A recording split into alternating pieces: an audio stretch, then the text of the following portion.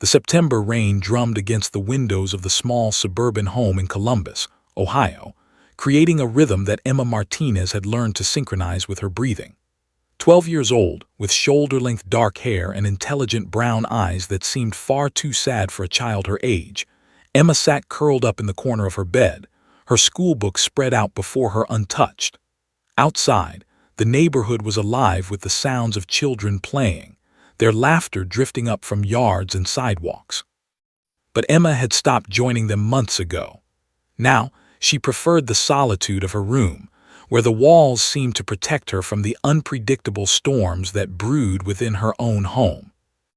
Her bedroom was a sanctuary of sorts. Posters of her favorite artists covered the walls, alongside dozens of her own sketches and paintings. Emma had always been the artistic child, the quiet creator who found solace in colors and forms. Her art teachers praised her work, calling it mature beyond her years and emotionally intelligent. What they meant, though they didn't say it directly, was that it was dark, haunting, a window into a troubled mind. The drawings showed faceless figures, stormy skies, doors that led nowhere. In her art, Emma spoke truths that her voice had learned to keep silent. Downstairs, her mother Sarah was on the phone again. Emma could hear the low, strained tone of her voice, the same voice she'd been using more and more frequently over the past year. Sarah was speaking with her sister, recounting another incident from last night. Emma didn't need to hear the details to know what it was about. It was always the same story, different variations on a theme of anger and fear. Mark Martinez, Emma's father, had become someone she barely recognized. There was a version of him from when she was younger, the father who taught her to ride a bike, who took her to the movies, who laughed easily. That man had gradually disappeared, replaced by someone whose moods shifted like weather patterns, unpredictable and violent. By the time Emma turned 11, her father's temperament had deteriorated to the point where simply existing in the same room with him felt dangerous. The incident that finally broke everything had happened 3 weeks ago. It was a Tuesday evening, unremarkable in every way. Emma had brought home her report card, all A's and B's, the same solid performance she always maintained. Her father had glanced at it and his face had darkened. "You got a B in math," he'd said, his voice carrying that particular edge that made Emma's stomach clench. "Again, you're not stupid, but you're lazy, just like your mother." Emma had tried to explain that she was actually doing well, that the teacher had praised her effort, but Mark wasn't listening. His anger had been building for weeks. A poor day at work, unpaid bills, the general dissatisfaction of a man who felt life had cheated him somehow. Emma had become a convenient target. What happened next would become seared into Emma's memory. Mark had swept the report card along with the framed photo of Emma at her school art exhibition off the kitchen counter. The glass frame shattered against the tile floor, the impact sharp and violent. Then he'd grabbed one of Emma's sketchbooks, the one she'd left on the dining room table, and torn pages out, one after another, his face twisted with rage. "This garbage," he'd shouted, mopping around, feeling sorry for yourself. "This is exactly the kind of pathetic nonsense you should be growing out of." Emma had stood frozen, watching her art being destroyed, her internal world being ripped apart by the person who was supposed to protect her. That night, Emma had locked herself in her room and cried silently for 3 hours. The sound of her parents arguing had continued downstairs until nearly midnight. By morning, Sarah had made a decision. She'd contacted a divorce attorney. By that afternoon, the papers had been filed. Now, 3 weeks later, Sarah was preparing for the legal battle ahead, a custody dispute. Emma didn't fully understand all the legal terminology, but she understood the core of it. A judge would decide where she would live, who she would see, and how much time she would spend with her father. The thought of it made her feel physically ill. The idea of testifying, of having to sit in a courtroom and publicly describe her father's behavior, of looking him in the eye and telling strangers what he'd done, it seemed impossible. Emma's anxiety had manifested in physical ways. She developed recurring stomach aches. Her sleep had become fragmented and troubled, full of nightmares. She'd stopped raising her hand in class, even when she knew the answers. Her voice seemed to have gotten smaller, as if it was retreating deeper inside her, hiding where no one could reach it. Her school counselor had gently suggested that Emma might benefit from therapy, and Sarah had immediately enrolled her. But the sessions so far hadn't helped much. Emma couldn't find the words to describe what she was feeling. How do you explain to a stranger the terror of being trapped between two people who were supposed to love you? It was on a gray October afternoon, while Sarah was out running errands, that everything changed. Sarah had been researching therapy options for Emma online and had come across an article about emotional support animals. She'd always wanted a dog, but Mark had refused, saying pets were a waste of money and responsibility. Now, Sarah made an impulsive decision that surprised even herself. She drove to the local animal shelter. The shelter was a chaotic place: barking dogs, the smell of industrial cleaner, the underlying sadness of too many animals without homes. As Sarah walked through the rows of kennels, one dog caught her eye. He was large, with golden-colored fur that had been matted and neglected. His shelter card indicated he'd been there for 8 months, surrendered by an elderly man who could no longer care for him. Most people passed by him, drawn to the younger, more energetic dogs. But Sarah saw something in his eyes, a sadness, yes, but also a gentle patience, an old soul. Scout was his name. He was 4 years old, part golden retriever and part something else, with a calm demeanor that seemed almost therapeutic just to be around. When Sarah knelt down in front of his kennel, Scout approached slowly, not with the frantic energy of the other dogs, but with a measured, deliberate tenderness. He gently pressed his head against the kennel door, and Sarah felt something shift inside her chest. "I'll take him," she told the shelter worker without hesitation. When Emma came home from school that afternoon and saw the large golden dog waiting for her, her reaction was one of shocked disbelief followed by cautious hope. Scout didn't jump or bark or demand attention. He simply walked over to Emma, sniffed her gently, and then lay down at her feet, resting his head on his paws. Emma reached down slowly and touched his fur. It was soft and warm. She kept her hand there, and Scout's tail thumped slowly against the floor. That night, for the first time in weeks, Emma slept through the night without nightmares. Scout became Emma's shadow. The dog seemed to instinctively understand her sadness. When Emma was having an anxiety attack, Scout would stay close, his presence somehow grounding her to the present moment. When she sat at her art table, struggling to draw, Scout would lie beneath it, a silent companion. When she cried at night, Scout would jump onto the bed and rest his head against her chest, his warm body providing comfort that words never could. But as the court date approached, now just 2 months away, Emma's anxiety began climbing again. The initial comfort Scout provided remained, but underneath it was a growing dread. She would have to testify. She would have to tell the judge about her father, about the incident with her sketchbook, about all the other moments of anger and coldness.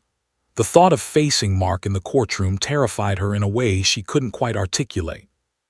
One evening, as Emma sat on the back porch with Scout's head on her lap, stroking his fur and staring out at nothing in particular, she whispered to the dog, "I don't know how to do this. I don't know how to say these things out loud."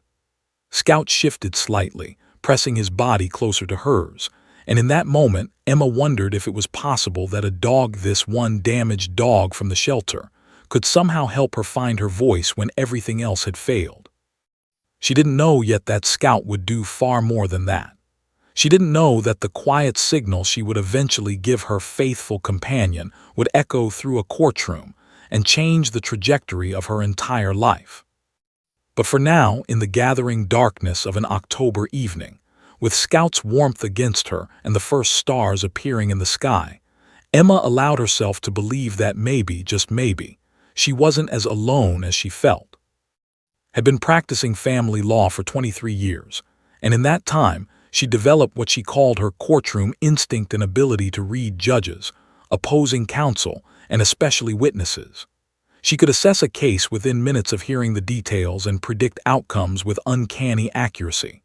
Her office in downtown Columbus was modest but impressive, lined with law books, case files, and photographs of satisfied clients.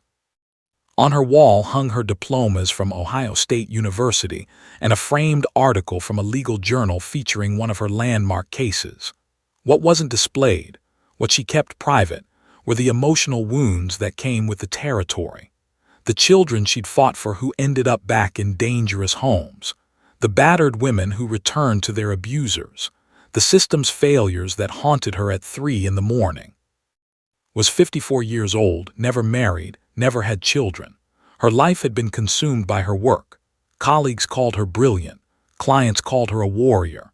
She had a face that didn't smile easily, sharp, dark eyes that seemed to perceive things others missed, and an unwavering commitment to her cases that bordered on obsessive.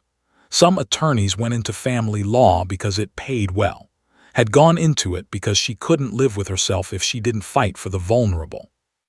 The phone call from Sarah Martinez came on a Tuesday morning in early October. Sarah's voice was shaky as she explained her situation, the custody dispute, the need for an attorney, the recommendation from a friend.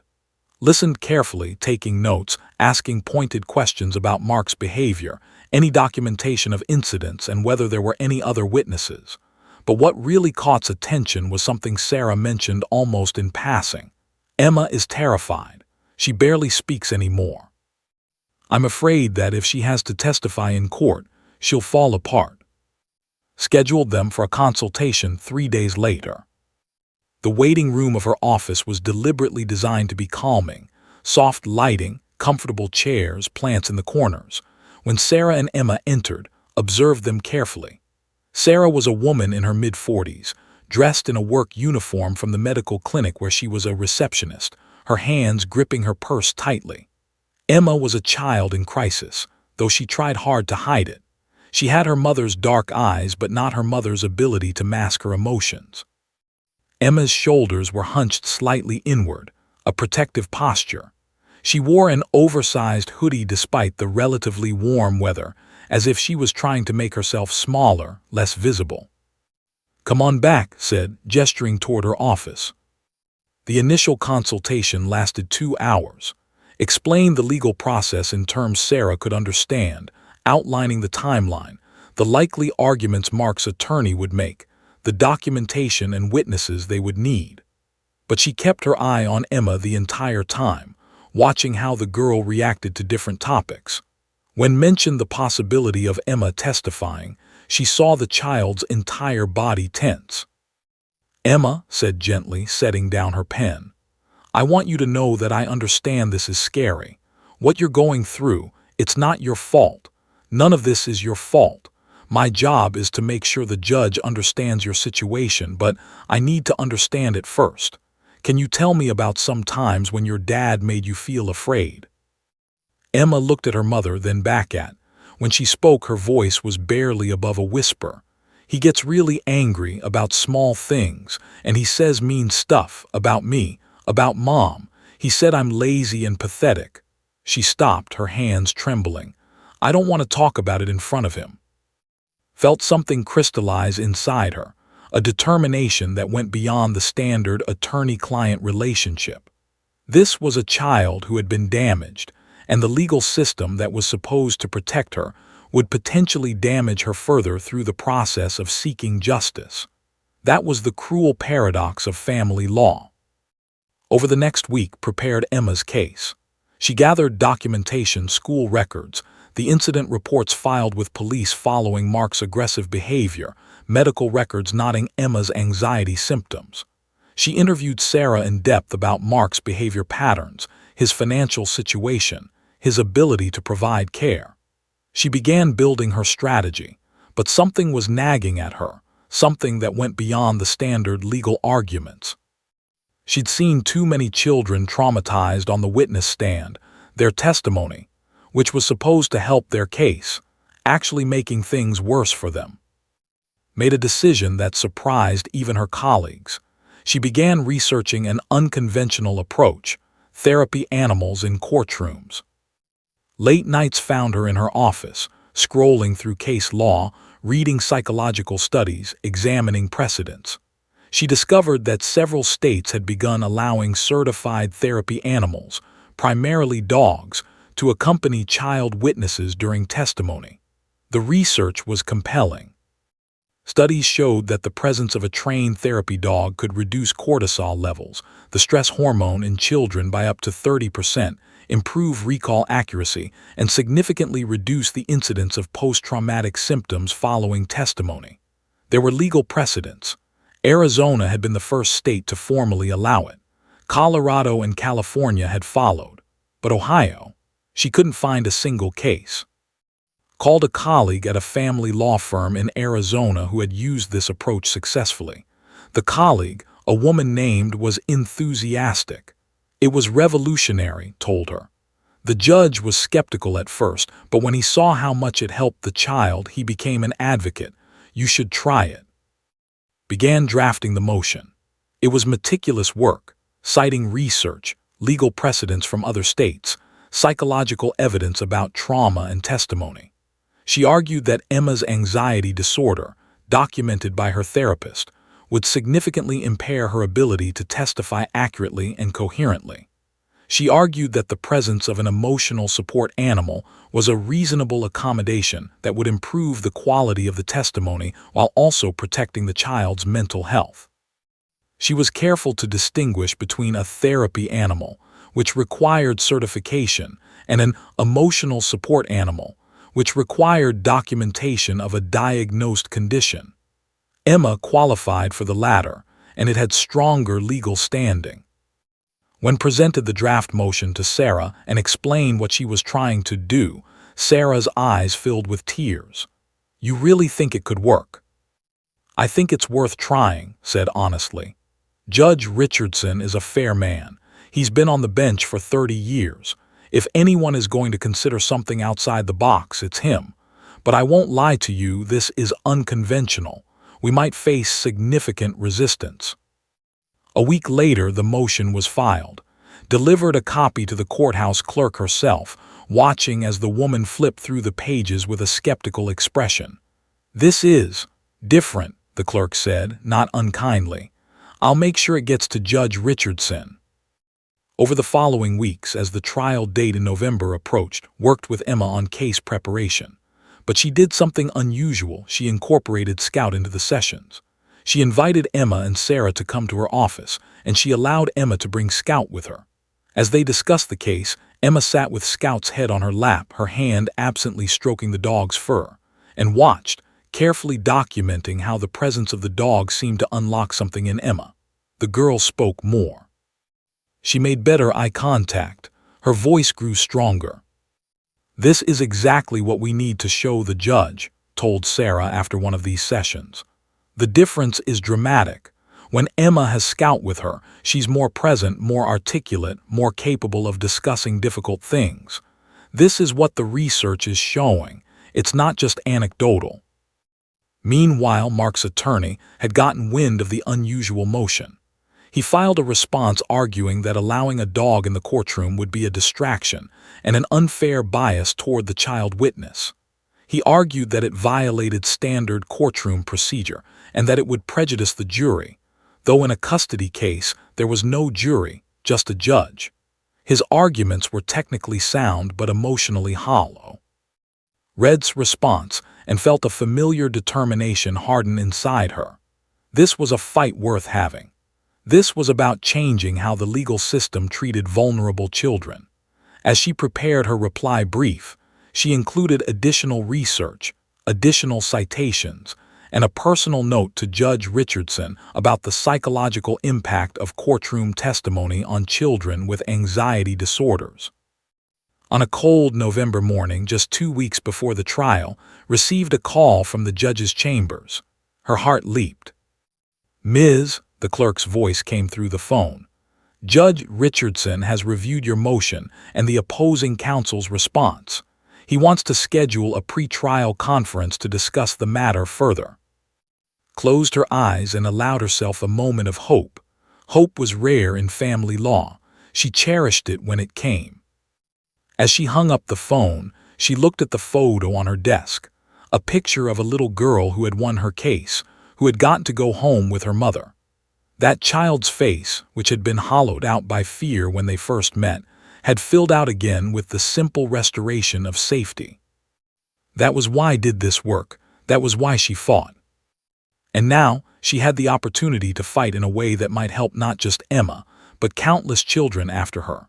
November 15th dawned gray and cold, the kind of Ohio autumn day that felt like winter's dress rehearsal. The Franklin County Courthouse stood imposing against the overcast sky, a gray stone building that seemed designed to intimidate. Its hallways echoed with the footsteps of lawyers, witnesses, clerks, and the general machinery of justice grinding forward. Outside the building, scattered reporters lingered, having caught wind of an unusual custody case, the one where they were trying to bring a dog into the courtroom. Local news had picked up the story, sensing the novelty and human interest angle. Judge to decide, can a dog help a child testify? One headline read. Inside the courthouse, at 8:47 a.m., 15 minutes before the scheduled proceeding, chaos was brewing in a confined space outside Judge Richardson's chambers. Stood with Emma and Sarah, Scout on a leash beside them. Emma wore a simple blue dress that made her look even smaller than she was. Her hands were clenched in fists, her knuckles white with tension. Sarah had her arm around her daughter's shoulders, trying to project confidence she didn't entirely feel. Scout, seemingly oblivious to the gravity of the moment, stood calmly, his golden coat recently groomed, his demeanor as peaceful as always. Across the hallway stood Mark Martinez with his attorney. Mark looked angry and agitated, his jaw clenched, his eyes fixed on his ex-wife and daughter with an intensity that made Emma shrink further into herself. Was a tall man in his 60s, with silver hair and the kind of practiced courtroom persona that came from decades of trial work. When he saw Scout, his expression shifted to one of barely concealed contempt. "This is absurd," said loudly, ensuring that everyone in the corridor could hear. "We're allowing circus animals into serious legal proceedings now. This is exactly the kind of emotional manipulation that plagues family court." Didn't rise to the bait. She'd learned long ago that opposing counsel's inflammatory rhetoric was often a sign of weakness. But she did move closer to Judge Richardson's chambers, wanting to ensure they got in to see him before the proceeding officially began. Judge Harold Richardson was preparing himself in his private office, reviewing the case files one final time.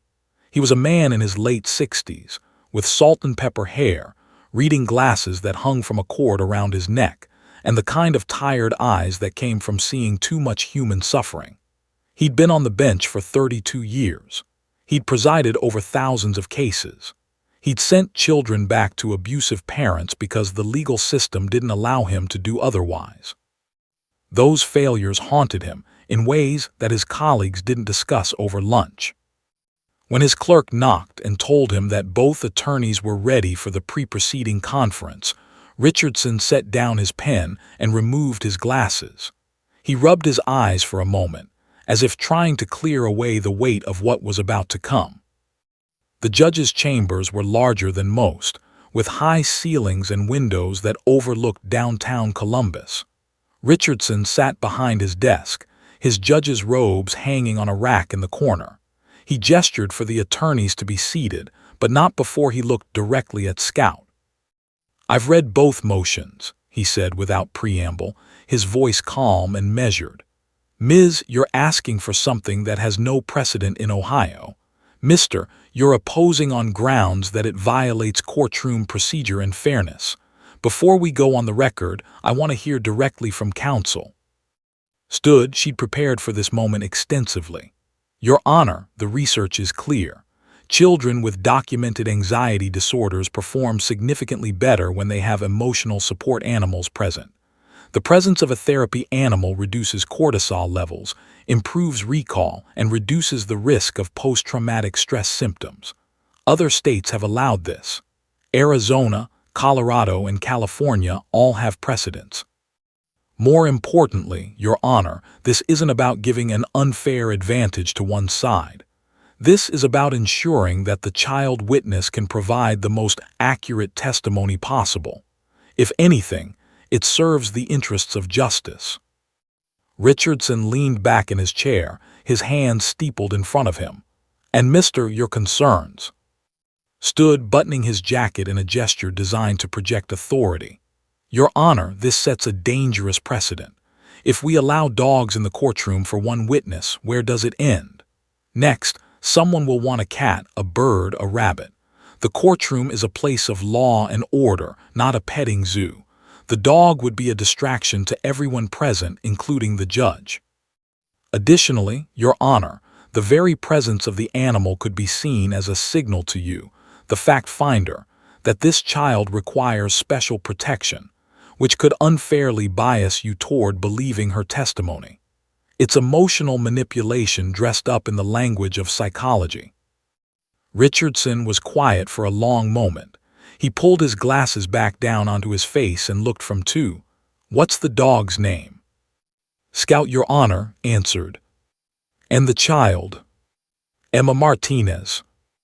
Richardson stood and walked to the window, looking out at the gray morning. When he turned back around, his decision seemed to have crystallized.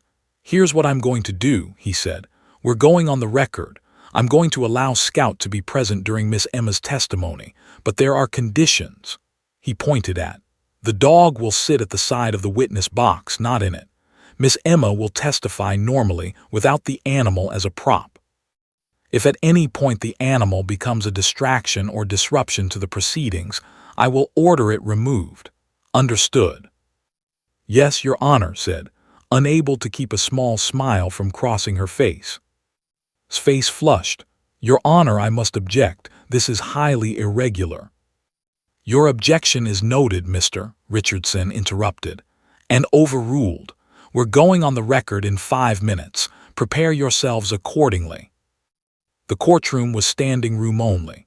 Word of the unusual case had spread, and local journalists filled the gallery. Judge Richardson entered from his chambers, his robe swishing, his expression completely neutral. He settled into his high chair and looked down at the assembled parties.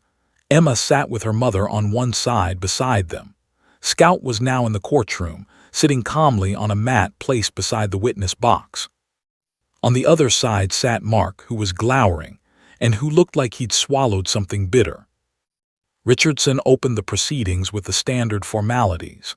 He explained the purpose of the hearing, the issues at stake, the burden of proof. Then he made a formal statement for the record, explaining his ruling about Scout. The presence of the emotional support animal is being permitted based on documented psychological research, and the minor witness's documented anxiety disorder. This is not an endorsement of the child's testimony. It is an accommodation designed to ensure accurate testimony. The record will reflect this.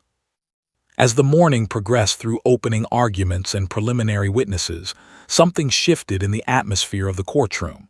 The dog's presence, rather than being disruptive, seemed almost grounding.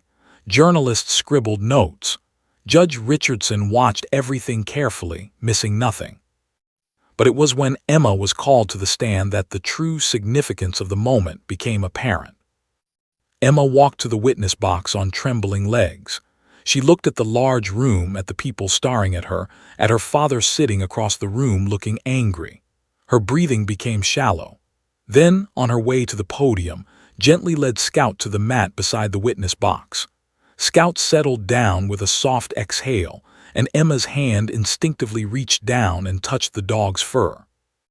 The transformation was visible to everyone in the courtroom. Emma's shoulders dropped. Her breathing deepened. Her eyes, which had been darting around in panic, focused.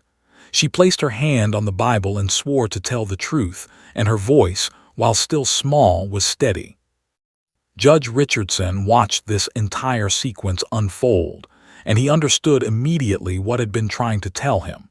This wasn't about manipulation or unfair advantage. This was about removing an obstacle to truth.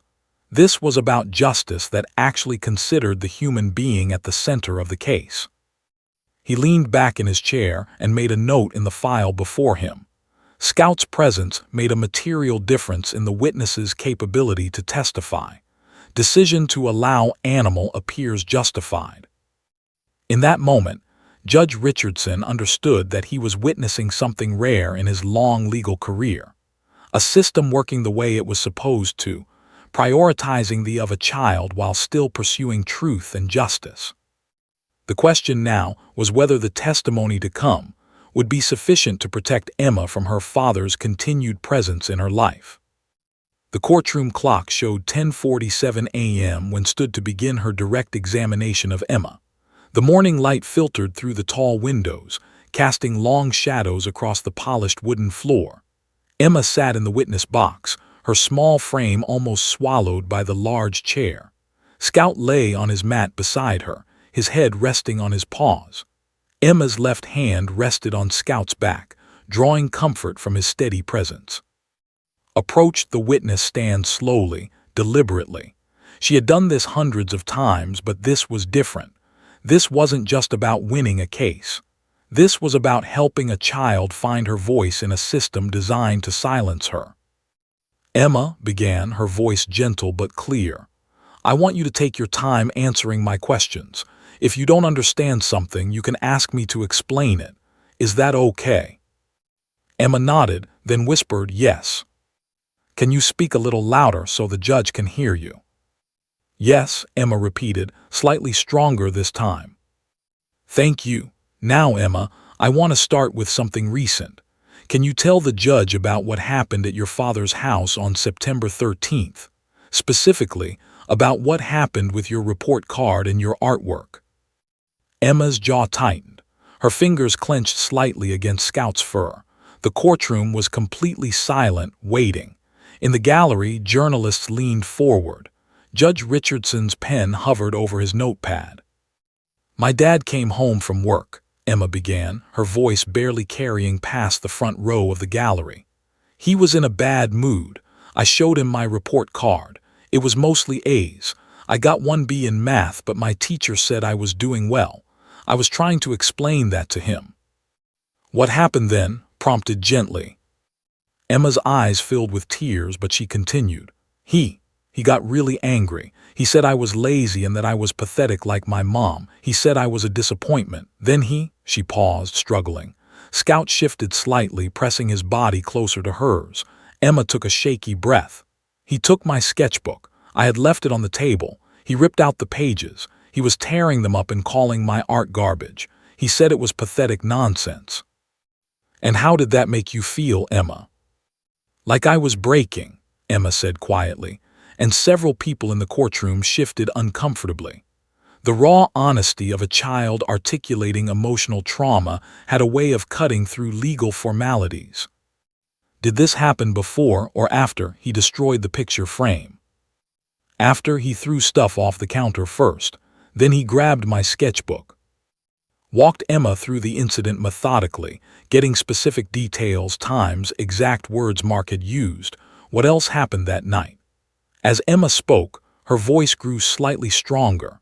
Having someone listen without judgment, having someone believe her, seemed to unlock something inside her. After 45 minutes concluded her direct examination. Thank you, Emma. I have no further questions. Judge Richardson made a note. The gallery remained silent. Then stood up. He was a man who had built his career on intimidation. He wore his silver hair like a crown, his expensive suit perfectly tailored, his shoes polished to a mirror shine.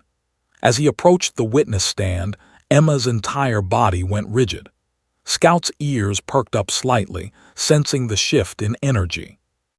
Miss Martinez began, his voice carrying a tone of false friendliness that was somehow more threatening than outright hostility. You're 12 years old, correct? Yes, Emma whispered.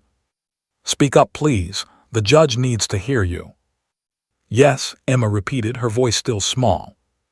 And you've been living with your mother since when, exactly? Since early October. And your mother filed for custody, correct? She's trying to take you away from your father. Stood immediately. Your Honor, that characterization is loaded. Objection. Judge Richardson nodded. Sustained. Mr. Please rephrase. When did your mother file for custody, Emma? After the sketchbook thing. So your mother filed for custody immediately after that incident. Had anything like that happened before, Emma? Emma hesitated. This was the trap that was laying, not with malice necessarily, but with tactical precision. If Emma said yes, he'd argue she was exaggerating. If she said no, he'd argue that the September 13th incident was isolated, not a pattern. He got angry a lot, Emma finally said. Angry, or did he simply disagree with you? Fathers can be stern sometimes, can't they? He wasn't just stern, Emma's voice was shaking now. Her hand on Scout's back was trembling. What? Emma spit it out. Mr. Judge Richardson interjected, his voice carrying an edge. Moderate your tone with the child witness. Inclined his head slightly, a gesture of mock apology. But his approach didn't fundamentally change. It softened only marginally before becoming sharp again. Now, Emma, isn't it true that you've been seeing a therapist, a psychologist? Yes. And that therapist, they're helping you, aren't they? Your mother is paying them to help you through this custody dispute. My therapist is helping me with my anxiety, Emma said carefully, the words clearly having come from conversations with. Your anxiety, right. Now, did your therapist ever suggest to you what you should say in court? No, they just helped me understand my feelings. Smiled a predatory expression. Let me ask you something, Emma. How much of what you remember about September 13th, is that what actually happened, or is that what your mother has told you happened? Because memory is tricky at your age, isn't it? Children your age are very suggestible. They can be influenced. Emma's face paled. Her breathing became shallower. She opened her mouth to answer, but nothing came out. Her eyes darted toward her mother, then back too. I'm waiting for an answer, Emma. Your Honor, objected. The characterization that the child's memory is unreliable due to age bias is inappropriate. There's no evidence. It goes to credibility, countered. The witness's reliability is central to this case. Judge Richardson raised a hand. I'll allow the questioning, but rephrase, Mr. and Miss Martinez, you can answer the question. Emma tried to speak, but her voice cracked. I remember it, I remember because my art was important to me. I was upset for weeks. Or you were upset because your mother told you to be upset, suggested, not as a question but as a statement.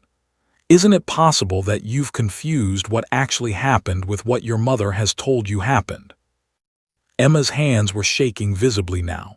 Sweat was forming on her upper lip. Her breathing was becoming rapid and shallow, the telltale signs of a panic attack beginning. Scout immediately responded to the change in Emma's physical state, his body becoming more alert. He pressed closer to her, his presence suddenly more insistent. I know what happened, Emma said, but her voice was barely audible. Tears were streaming down her face now. I know because I was there. I remember tearing pages. I remember him being angry. I remember feeling scared.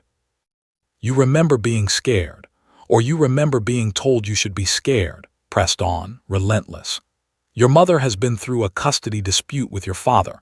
She wants to keep you away from him. Doesn't it make sense that she would tell you to remember things in a certain way? Children want to please their parents, Emma. If your mother told you your father was scary and angry, wouldn't you believe her? Emma's breathing was now audibly rapid. Her eyes were wide with panic. She tried to speak, opened her mouth, closed it, opened it again. Nothing came out. The courtroom seemed to be pressing in on her, closing around her throat. Was on her feet. Your Honor, the witness is clearly in distress. This line of questioning. I have a few more questions, said, cutting her off. Emma's hand on Scout's back clenched convulsively. She was drowning in panic. The courtroom spun. Her father sat across the room, and now his attorney was suggesting that everything she remembered, everything she felt, was false. Was she wrong? Was she making it up? Her mind spiraled into confusion and terror. Scout felt it. The dog felt the deepening panic, the spiraling distress of the child he had bonded with over the past month. Emma looked down at Scout, her eyes desperate, pleading silently for help. She knew what they had practiced. She knew what Scout could do. In this moment of complete psychological breakdown, Emma Martinez raised her trembling hand and made the smallest motion, a subtle gesture downward combined with the gentlest pressure of her fingers on Scout's back. It was a signal, a request for help from the only being in the courtroom who had never doubted her, who had never questioned her, who loved her unconditionally. Scout stood up. The courtroom held its breath. Scout was on his feet, his entire body language shifting from calm companionship to purposeful action. But he didn't lunge or bark or create any of the disruption that had predicted would happen. Instead, the dog performed a movement that was both gentle and powerful. He rose up on his hind legs and placed his front paws directly on Emma's lap, his entire muscular body pressing firmly against the 12-year-old girl. It was a deep pressure therapy technique, exactly what Scout had been trained through countless practice sessions to do when Emma was in acute distress. Emma's arms instinctively wrapped around the dog's neck. Scout's head rested on her chest, his weight a grounding force, his steady heartbeat a rhythm that seemed to pull Emma back from the edge of the cliff she'd been falling off. Nobody moved. The courtroom, which had been alive with the tension of legal combat, suddenly became a sacred space. Journalists forgot to write. Clerks forgot to shuffle papers.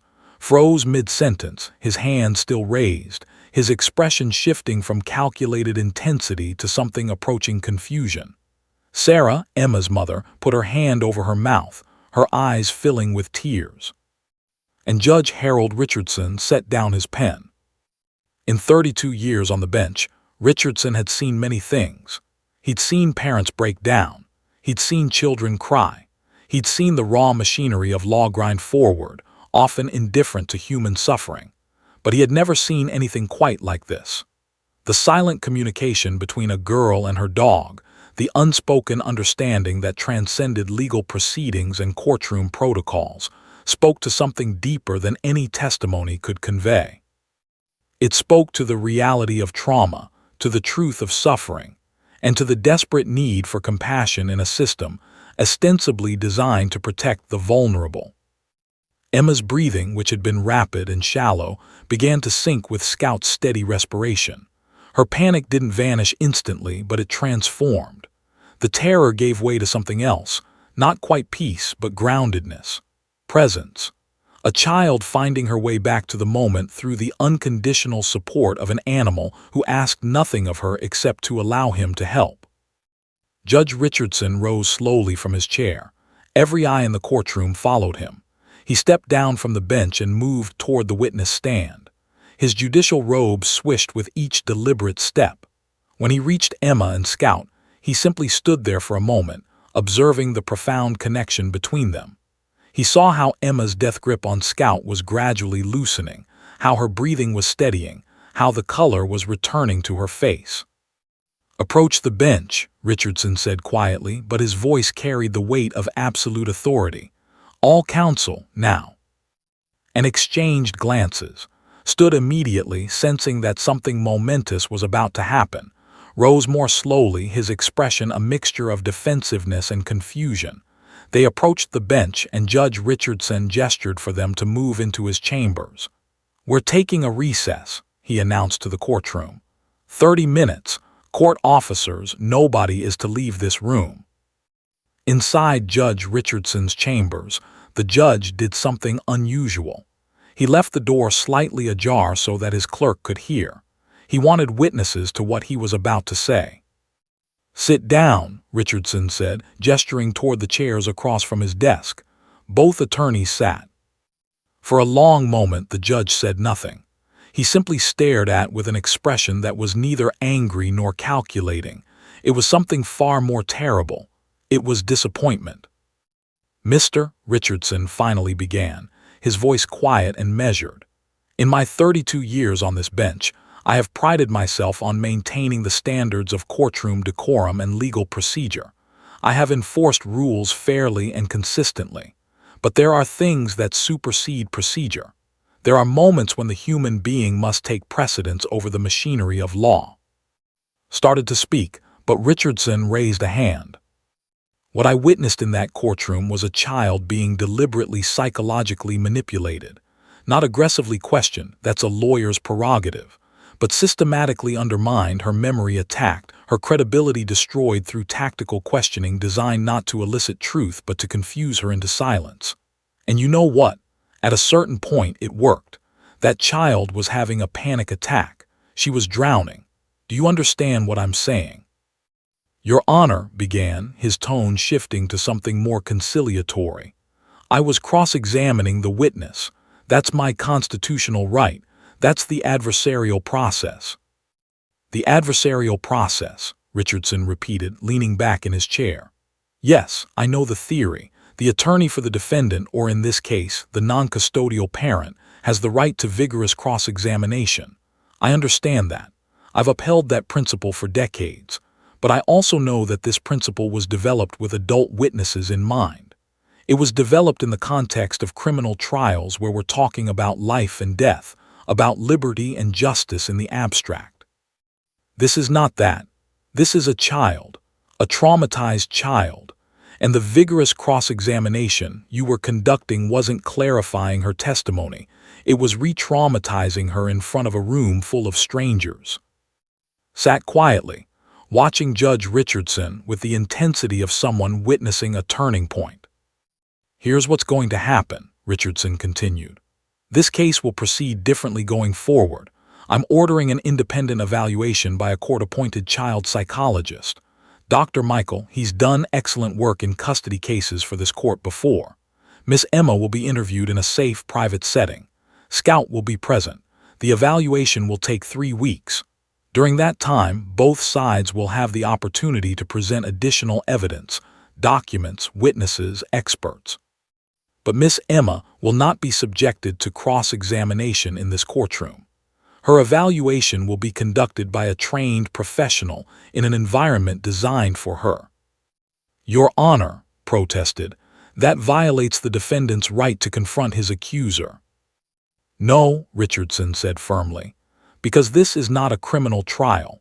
This is a family matter, and in family matters, particularly those involving children, I have significant discretion to modify procedures in the interest of the child's welfare. That discretion is not unlimited, but it exists for exactly this kind of situation. Do you understand? His jaw clenched. I object. I intend to appeal any such order.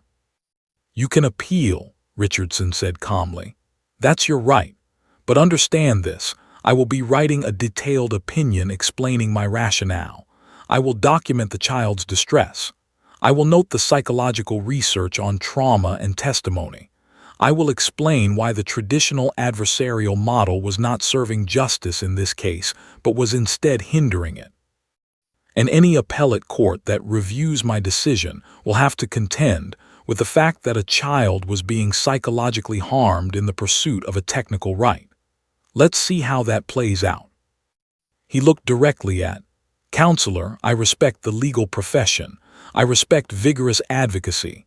But I will not sit silently while a child is deliberately re-traumatized for tactical advantage. Not in my courtroom, not on my watch.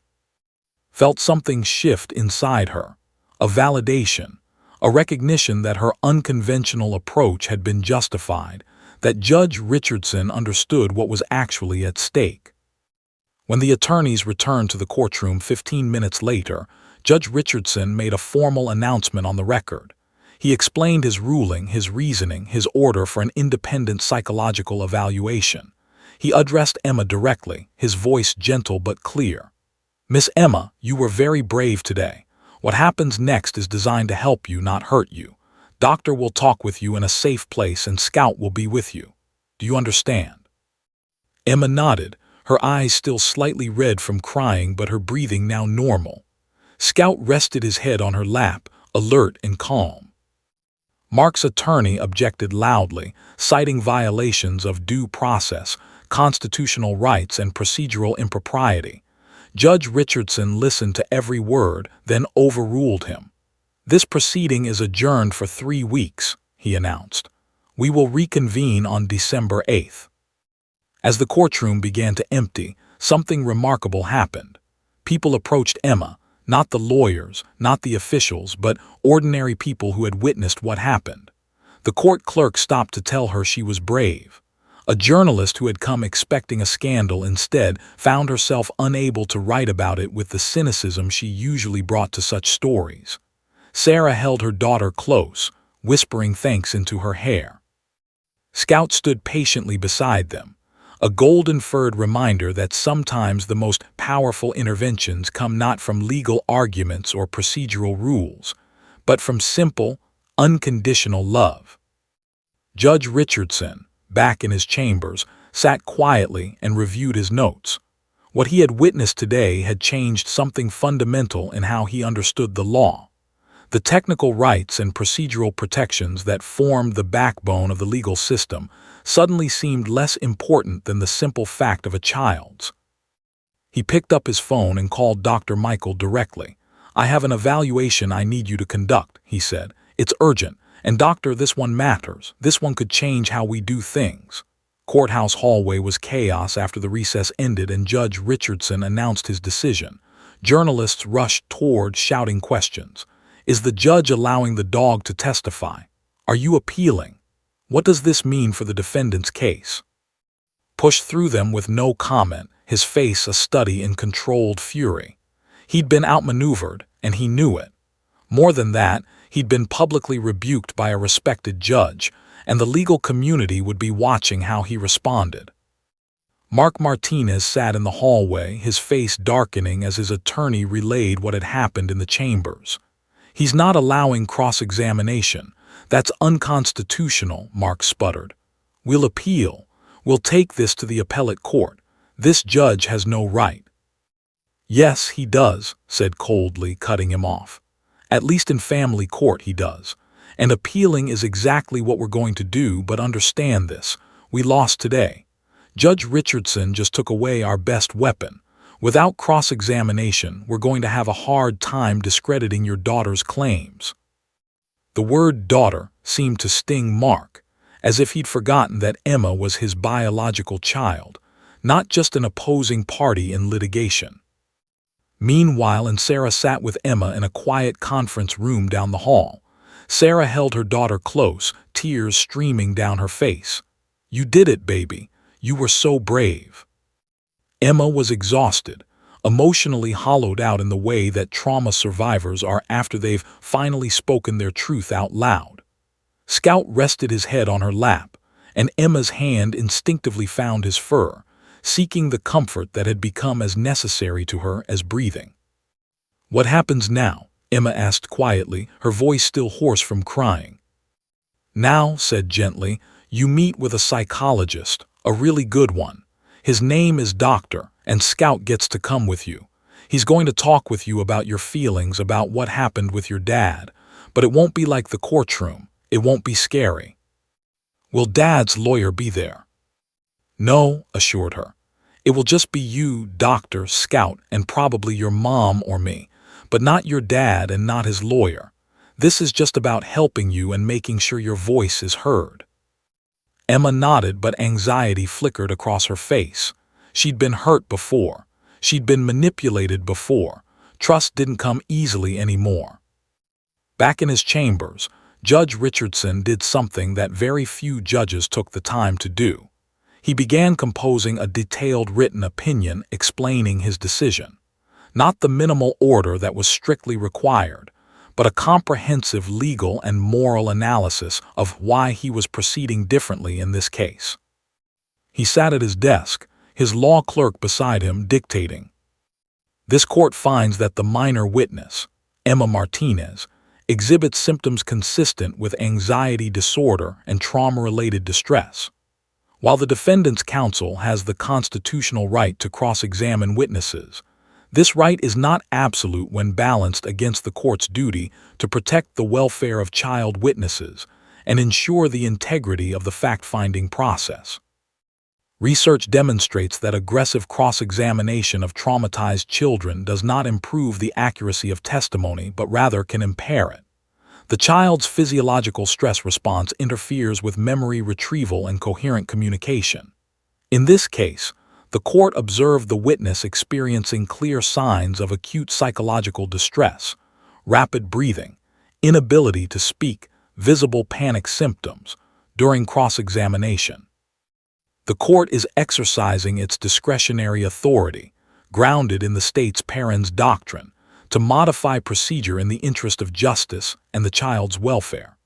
An independent evaluation by a qualified mental health professional will elicit more reliable information than courtroom testimony obtained through means that are counterproductive to truth-seeking. Richardson paused. His law clerk waited. The judge had been on the bench long enough to know that he was essentially rewriting the playbook for how his court would handle child witnesses in family matters. This opinion would be cited in other cases. Other judges would either follow his lead or reject it, but he didn't care about the politics of it. He cared about what was right. "Continue," he said. "Add this. The court further finds that the presence of an emotional support animal during courtroom proceedings does not violate due process or fairness principles. Rather, it levels the playing field by providing the traumatized child witness with the same access to support that adult witnesses have through other mechanisms." The dog's presence facilitated more coherent testimony during direct examination, and once removed from the adversarial environment, appears to have de-escalated the witness's psychological crisis. 3 days later, filed his notice of appeal. He was appealing Judge Richardson's ruling on multiple grounds: abuse of discretion, violation of due process, deprivation of the defendant's right to confront his accuser. It was a Hail Mary pass, and knew it, but he had a duty to his client to exhaust all legal remedies. Judge Richardson received the notice and smiled sadly. He'd expected it. He also knew that by the time the appellate court ruled, Doctor would have completed his evaluation, and the evaluation would likely be so damaging to Mark's case that the appeal would become almost academic. But the law had to be followed. The system had to work, even when it was inefficient and slow. Emma's first appointment with Dr. Michael was scheduled for November 22nd, 1 week after the dramatic courtroom scene. Emma spent the entire week in a state of heightened anxiety. She didn't sleep well. She had stomach aches. She imagined worst-case scenarios, that Doctor would think she was lying, that he would side with her father, that somehow the evaluation would make everything worse instead of better. It was Sarah who made the crucial decision. She called, "Can Scout go to the evaluation with Emma? Will that help?" His face lit up. "That's exactly what we should do. Let me coordinate with Doctor and make sure it's allowed." When got off the phone with Doctor, she was smiling. "He's already familiar with therapy animals," reported back to Sarah. "He's been advocating for exactly this kind of accommodation in his own practice. Scout will absolutely be allowed. More than that, he was actually hoping we'd bring the dog." On the morning of November 22nd, Emma woke early. Sarah made her favorite breakfast, blueberry pancakes, but Emma could barely eat. Scout, sensing her anxiety, stayed close, his presence a steady reminder that she wasn't alone. Dr. Michael's office was nothing like Emma had feared. It wasn't sterile or clinical. It was warm, with soft lighting, comfortable furniture, and, most importantly, no authority figures in suits asking trick questions. Doctor himself was a man in his early 50s, with kind eyes, salt and pepper hair, and the calm demeanor of someone who'd spent decades helping traumatized people. "Hello, Emma," he said warmly. "I'm Doctor, and this must be Scout.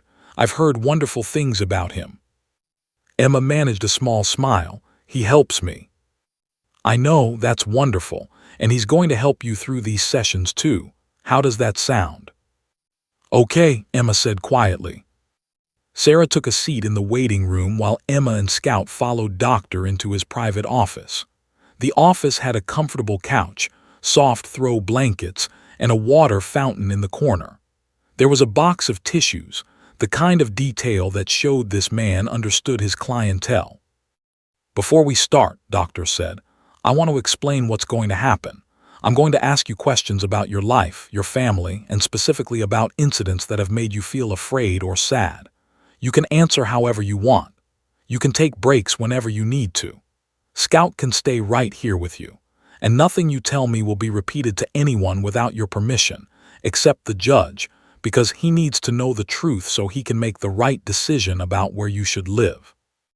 Does that make sense? Emma nodded. She looked down at Scout, who was curling up on the soft rug beside the couch. One more thing, Doctor said gently. There are no trick questions here. No one is trying to catch you in a lie. I just want to understand what your life has been like. Okay. Okay, Emma said, and for the first time in weeks, she felt something shift inside her. Not hope exactly, but something like possibility. Something like maybe this process wouldn't destroy her. Judge Richardson, in his chambers that same afternoon, received a call from. Your Honor, she said, I wanted to thank you for what you did, for choosing to protect Emma instead of rigidly following procedure. I wanted you to know that she's with Dr. Wright now, and for the first time since this whole thing began, I think she might actually be okay. Richardson felt something warm in his chest. That's what justice is supposed to be, he said simply. Protection of the vulnerable. The rest is just machinery. After he hung up, he looked at the framed photo on his desk, his three. He thought about what world they would inherit. Would it be one where institutions cared for them, or one where institutions crushed them under the weight of procedure? He'd made his choice. He hoped others would follow. Over the next 3 weeks, Emma's sessions with Dr. Michael became the safe harbor she desperately needed. The private office, with its soft lighting and comfortable furniture, was a world away from the intimidating courtroom. Scout lay on a blanket beside her chair during every session, a living reminder that she was protected, that she was not alone, that her experiences mattered. The first session had been tentative. Emma had given brief answers to Doctor's carefully framed questions, but by the third session, something shifted. With Scout's steady presence and Doctor's patient, non-judgmental approach, Emma began to open up in ways she hadn't been able to in the courtroom. I want to talk about what you said your father called you, Doctor began gently, reviewing his notes from the previous session. You said he called you pathetic and a disappointment. Can you tell me more about when he used those words? Emma's hand reached down to Scout automatically, stroking the dog's soft fur. With each pass of her hand, she seemed to gather strength. It wasn't just those words, Emma said quietly. There were other things. When I'd show him my report card, even if it was good, he'd find something wrong. He said I was lazy if I got a B. He said I wasn't trying hard enough. He'd compare me to other kids at his work whose parents bragged about them. He said I was embarrassing him. How often did this happen? Doctor asked, his pen moving steadily across his notepad. A lot, like every time he saw my grades, every time I did something he didn't like. He said my art was a waste of time. He said I spent too much time on my appearance and not enough on schoolwork. Then when I focused on schoolwork, he said I was neglecting my appearance and becoming unfeminine. Doctor noted something important. The contradiction, the impossible standards, the classic pattern of verbal abuse where the victim could never do anything right. It was a technique used to maintain control, creating an internal sense of worthlessness. Emma, Doctor said carefully, were there times when your father's anger was physical, not hitting necessarily but other things? Emma's breathing became slightly rapid. Scout's head came up and he shifted closer to her, pressing against her leg. Emma's hand gripped the dog's collar gently. Once, Emma began, I forgot to turn off my light when I came home from school. He got really angry. He told me I was wasting electricity and didn't respect the family. He grabbed me by the arm, not like hitting, but hard. He locked me in my room for 3 hours and said I was grounded from everything, my phone, my art supplies, everything, for a month. Did he hurt you when he grabbed your arm? I had bruises, Emma said. Finger marks on my arm. I wore long sleeves for a week. My mom saw them and asked what happened, but I was scared to tell her because I was afraid it would make things worse. I was afraid he'd hurt me worse if I told. This was what Doctor had come to recognize as the core of childhood trauma, not necessarily individual incidents of abuse, though those were devastating enough, but the pervasive atmosphere of fear that prevented a child from seeking help, from trusting the adults who were supposed to protect them. Over the course of 3 weeks, Doctor conducted 7 sessions with Emma. The evaluation wasn't just about documenting abuse. It was about understanding the full context of Emma's experience, about seeing the child not as a legal witness, but as a human being whose psychological architecture had been damaged by years of emotional and occasional physical intimidation. Session by session, Emma revealed more. The time her father had destroyed her art because he said she spent too much time on it instead of her studies. The comment he'd made about her body developing, saying she was becoming a problem in ways that made her ashamed of puberty. The night he'd told her that her mother had ruined him and it was her fault for existing because if he didn't have to support her, he could have been successful. The times he'd gone to her school events only to criticize her performance afterward. The way he'd withdrawn affection when she displeased him, creating an emotional vacuum that left her desperate to win his approval, knowing she never would. What struck Doctor most powerfully was not the individual incidents, though any one of them would have warranted clinical concern, but the systematic pattern of undermining a child's sense of self, creating a psychological prison from which there was no escape because the jailer was supposed to be the protector. During the 5th session, Doctor asked Emma a crucial question. If you could say anything to your father right now, and you knew he had to listen and couldn't punish you, what would you say? Emma sat quietly for a long time. Scout rested his head on her lap.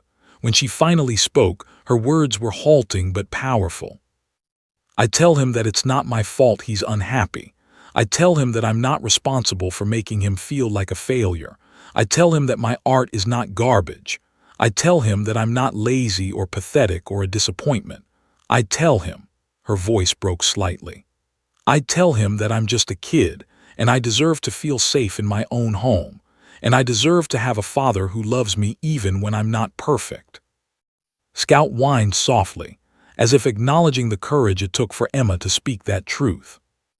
Doctor made detailed notes about Emma's emotional coherence, her ability to access and articulate traumatic memories, her level of psychological insight.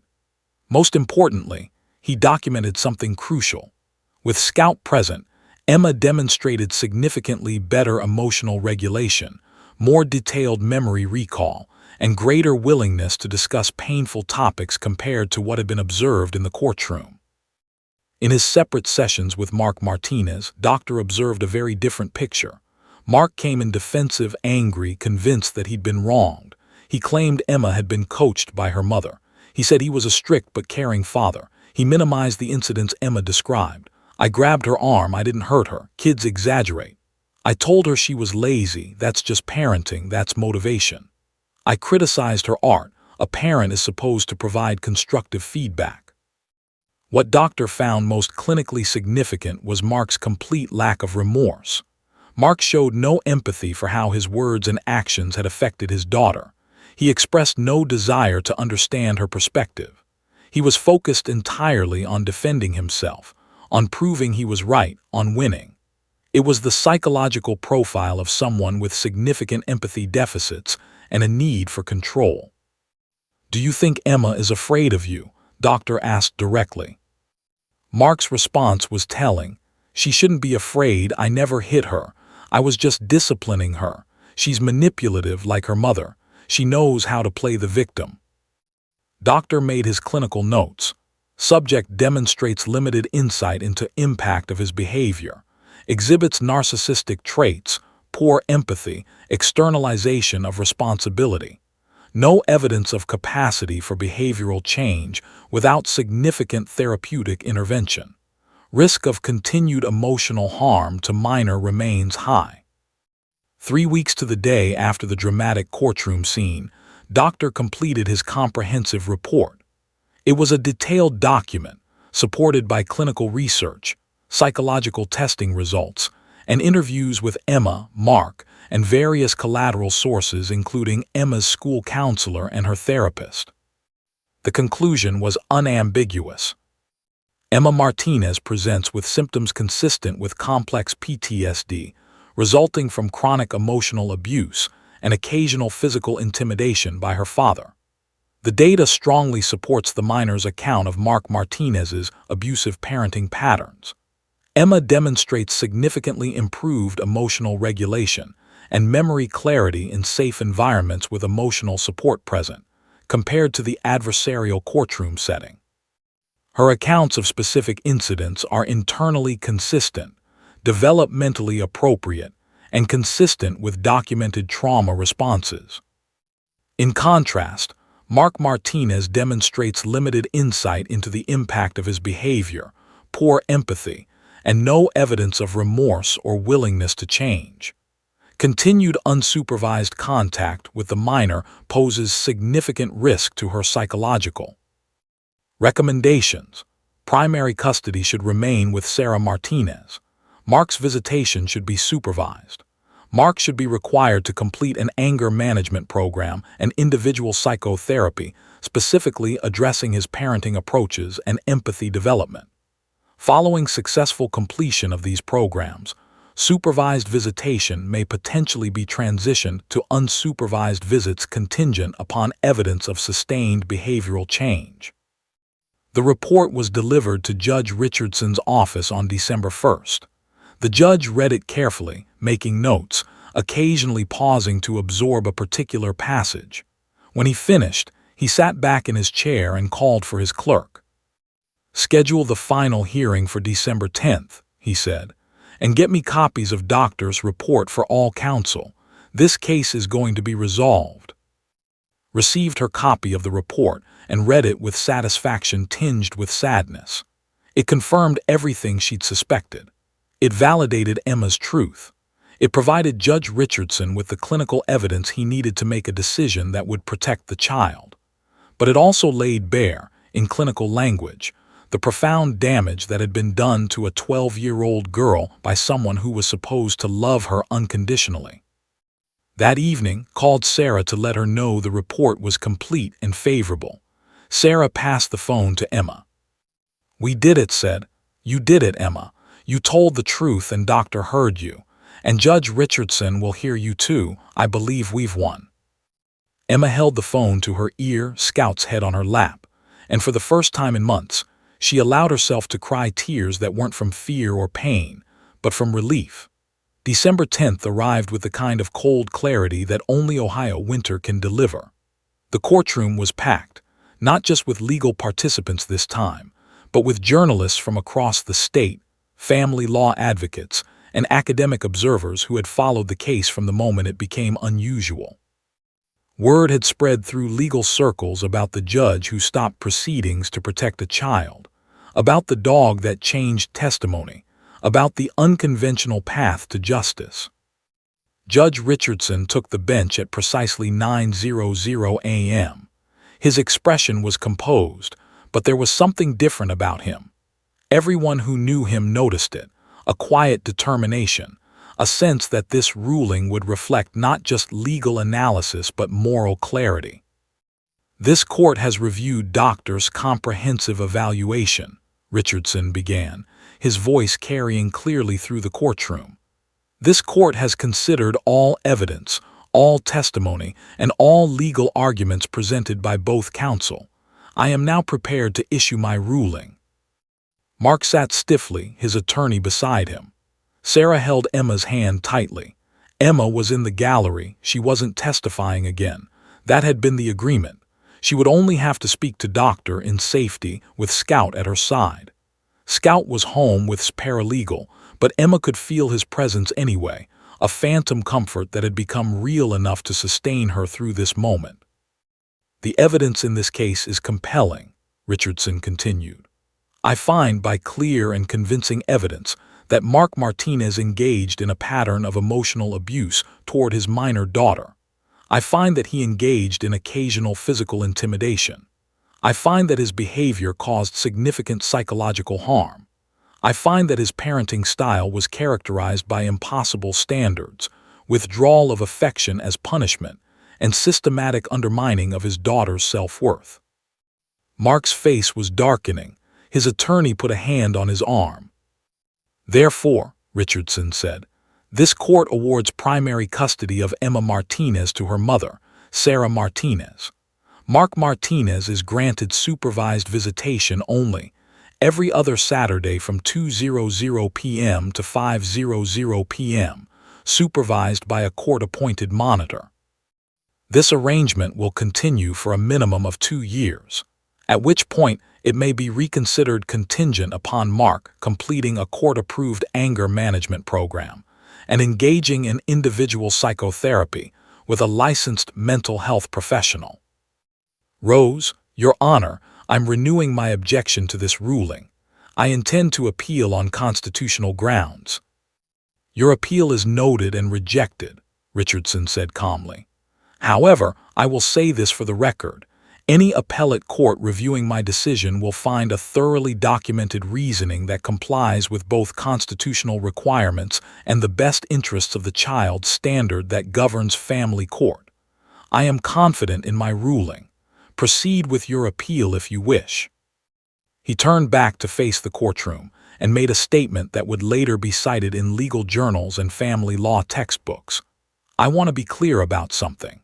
This case represents a turning point in how I will conduct family proceedings involving child witnesses. The traditional adversarial model, designed for adult criminal defendants and civil litigants, is fundamentally unsuited to protecting children who are victims of abuse. I will continue to respect the constitutional rights of all parties, but I will not allow those rights to supersede the right of a child to be protected from re-traumatization in pursuit of those abstract principles. He gestured toward the gallery. What this court witnessed was not manipulation or emotional theatrics. What this court witnessed was a child who could not find her voice until she was given the support she needed. A dog taught this court something about justice that decades of legal training could not. Sometimes, justice is not about procedure. Sometimes, justice is about compassion. The ruling was final. Filed his appeal immediately, but everyone in the legal community understood it was theater. The appellate court would likely uphold Richardson's decision. The evidence was too strong. The legal reasoning was too solid.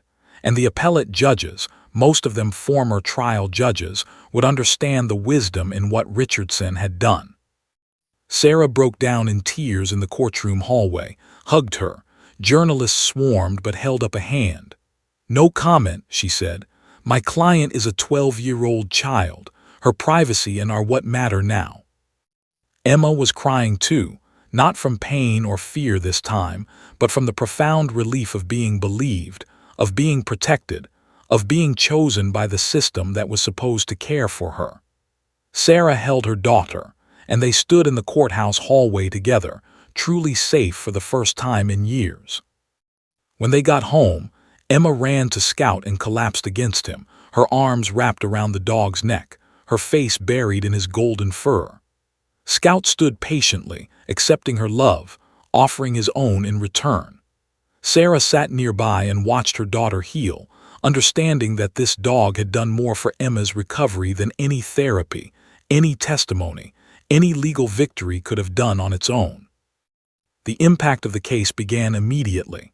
Judge Richardson's written opinion, a 30-page document that he'd spent weeks perfecting, was published in legal journals.